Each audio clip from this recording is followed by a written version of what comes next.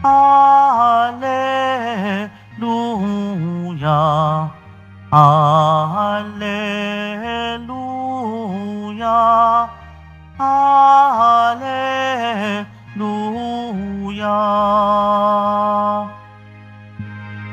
Humayo't magturo kayo, palaging kasama ako, hanggang sa wakas ng mundo. Hallelujah, Hallelujah, Hallelujah, Hallelujah.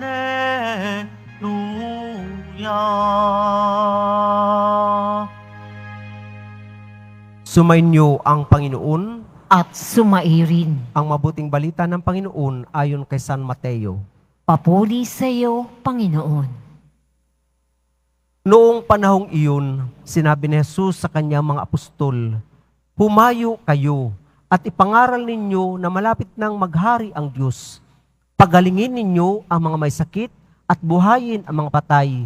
Pagalingin ninyo ang mga kitongin at palayasin ang mga demonyo.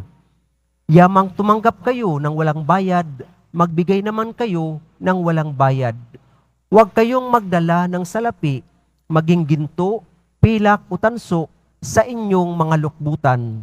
Huwag din kayong magdala ng supot sa inyong paglalakbay, ni bihisan, pampalit ng panyapak o tungkod, sapagkat ang manggagawa ay may karapatan sa kanyang ikabubuhay. At saan mang bayan unayon kayo dumating, humanap kayo ng taong karapat-dapat pakituluyan at manatili kayo roon habang kayo'y nasa lugar na yun. Pagpasok ninyo sa bahay, sabihin ninyo, maghari nawa ang kapayapaan sa bahay na ito. Kung karapat-dapat ang mga tao sa bahay na yun, panatilihin ninyo sa kanila ang inyong bati. Ngunit kung hindi, bawiin ninyo ito." Mga kapatid, ang mabuting balita ng ating kaligtasan. Pinupuri ka namin, Panginoong Hesukristo. Magsiupo muna po ang lahat. Magandang good morning sa inyong lahat, mga kapatid. Meron po akong tanong. Nung ako ay nasa Mindoro, Oriental, meron doon sa Nauhan, settlement ng mga katutubong mangyan. At meron nung kaibigan, organizer siya, community organizer, tinanong siya. Sabi ng mangyan sa kanya, kadugo. Kadugo means kapatid, brother. Kadugo. Ano ba ang pinakamabilis na sasakyan? Sabi niya, jeep. Kasi yung jeep, once a day, papuntang bayan. Sabi ng mangyan, hindi. Kasi hapon na bumabalik yan. Nag-isip siya. Sineryoso niya. Sabi niya, eroplano. Hindi. Sabi naman yan, eroplano. Matagal yan bumalik. Sabi niya uli, nag-isip siya, ano ba ang pinakamabilis na sasakyan? Sabi niya, yung jet. Hindi. Nakikita ang usok niyan kapag umaalis, tapos wala. Matagal din bumalik. Di wala na siya masabi. Yung jeep na once a day papuntang bayan, hapon dumarating. And then pag eroplano, matagal din daw bumalik. Jet, ganun din. Hindi nakikita yung pagbalik. Sabi ng aking kaibigan, ano ang pinakamabilis sa sasakyan? O sige, sirit, hindi ko na alam. Sa'yo, ano ang mabilis na sasakyan? Sabi ng mangyan sa kanya, duyan, kasi pag alis, balik agad. Pag alis, balik daw agad. Pinakamabilis sa sasakyan. Sa ating ebanghelyo, sabi ng ating Panginoon, humayo kayo at ipangaral ninyo na malapit na maghari ang Diyos. Ano ang pinakamabilis na pagtugon para tugunin natin ang sabi ng ating Panginoon, humayo kayo? Ibig bang sabihin, pupunta tayo sa ibang bansa para ipangaral ang mabuting balita? Ako po ay galing ng Africa, galing din ng France, pero hindi na po kailangan pumunta tayo sa ibang bansa para ipangaral natin. Ano ang pinakamabilis na paraan para maipamalita natin ang mabuting balita? Sa loob ng ating tahanan. Umalis tayo sa ating sarili, ibahagi natin ang kabutihan ng Diyos. Ang paghayo ay ang pag-alis mula sa ating sarili patungo sa ating kapwa. Kapag tayo ay natuto na magbahagi ng ating sarili, tinutupad natin ang sinasabi ng ating Panginoon, humayo kayo at ipangaral ninyo na malapit nang maghari ang Diyos.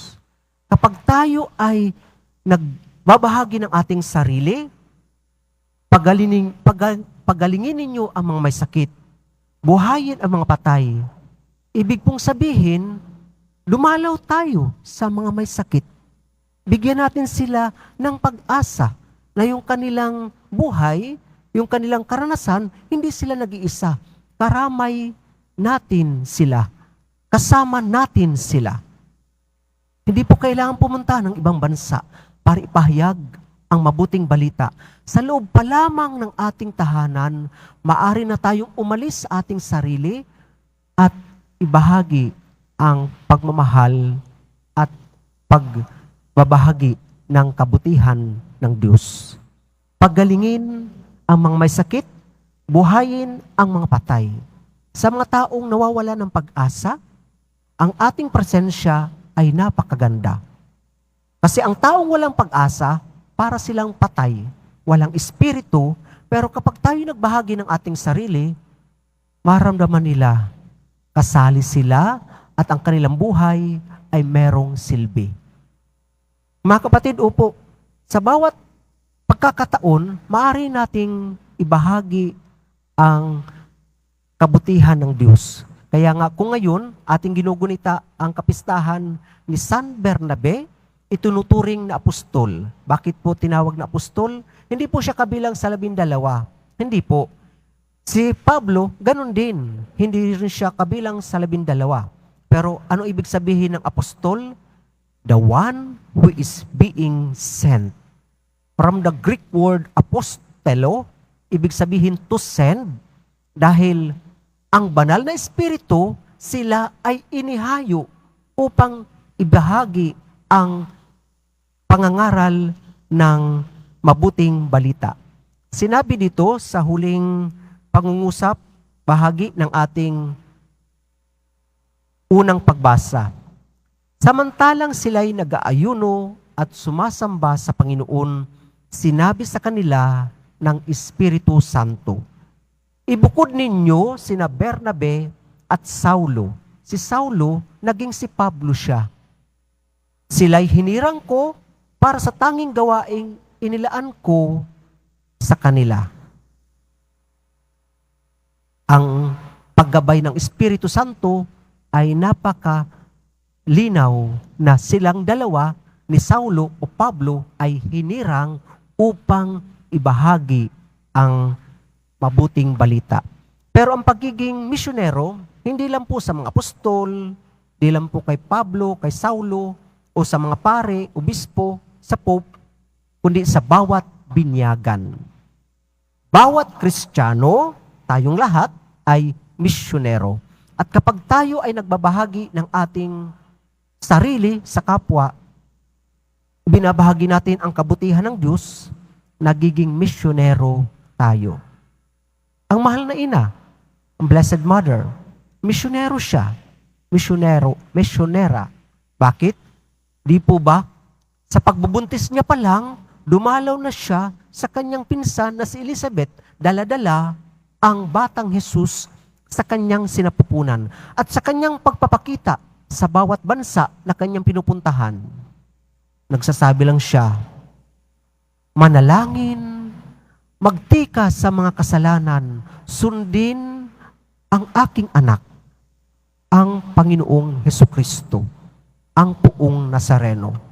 Kaya Kung tayo ay, kumbaga, magbabahagi ng ating sarili, opo, nagiging misyonero tayo. Sa bawat pagdalaw natin sa ating kapitbahay, hindi lang yung pagsasabi, anong ulam nyo? Hindi ho. Kundi pagdalaw, pakikinig. Hindi po natin alam ang mga pinagdadaanan ng ating kaibigan, kapitbahay, pero yung pangungumusta natin, simpleng pagsasabi na tayo ay merong concern sa kanila. Kumusta ka? O bakit parang malamlam yung mata mo? May pinagdadaanan ka? Pag alam ng yung kaibigan na handa kang makinig, magbubukas siya ng kanyang loob. Ganon din naman tayo, di ba? Kapag may mga pinagdadaanan tayo, pupunta tayo sa ating kaibigan. Kaya magme-message para may maging kakwentuhan. Opo mga kapatid, si Bernabe ay nagbahagi ng kanyang sarili. At sinasabi pa rin sa unang pagbasa, mabuting tao si Bernabe. Puspos ng Espiritu Santo at matibay ang pananampalataya, kaya marami siyang nadala sa Panginoon. O sige, sino ang nagdala kay Saulo o Pablo sa mga apostol? Si Bernabe. Kasi ang pangalan Bernabe, tinatawag na the encouraging one. Yung nagbibigay ng lakas ng loob, nagdadala ng kabutihan sa kapwa. The one who encourages. Di po ba si Saulo, papunta siya ng Damasco para tuligsain, uusigin ang mga nananampalataya sa Panginoon. At doon papunta sa Damasco, nakasalubong niya ang Panginoong Hesus. Saulo, Saulo, bakit mo ako inuusig? Sumagot siya, sino po kayo, Panginoon? Ako'y si Jesus na yung inuusig. For 3 days, Saul became blind. Di siya nakakita. At nagbagong buhay siya dahil nakilala niya ang Panginoon. Pero noong, kumbaga, kabilang na siya sa mananampalataya, maraming natatakot sa kanya dahil siya yung nanguna upang patayin si Esteban, ang unang martir sa mga tagasunod ng Panginoon. Ang nanguna doon, si Saulo. Kaya, kung maraming natatakot pa kay Saulo, si Bernabe ang nagdala kay Saulo patungo sa mga apostol at pinatunayan niya na si Saulo ay nagbagong buhay, nagkaroon ng pagbabago upang maging alagad ng Panginoon. At sa bagong tipan, meron tayong 27 books. 27 books. 13 doon ay sinulat ni Pablo o ni Saulo. Bakit nangyari yon? May mga kaibigan na nagdala kay Pablo patungo sa mga apostol o pagsasabi na siya ay kabilang natin. Opo mga kapatid, sa mga simpleng ginagawa nating kabutihan o pagpapalakas ng loob sa ating kapwa, di natin alam kung anong kabutihan naman ang magagawa ng ating kapwa kapag tayo ay nagbahagi naman ng kabutihan sa iba. At nawa po, ang pagsasabi na ito ng ating Panginoon, humayo kayo.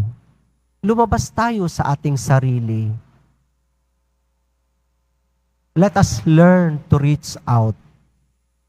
Seek those persons who are in need of our presence.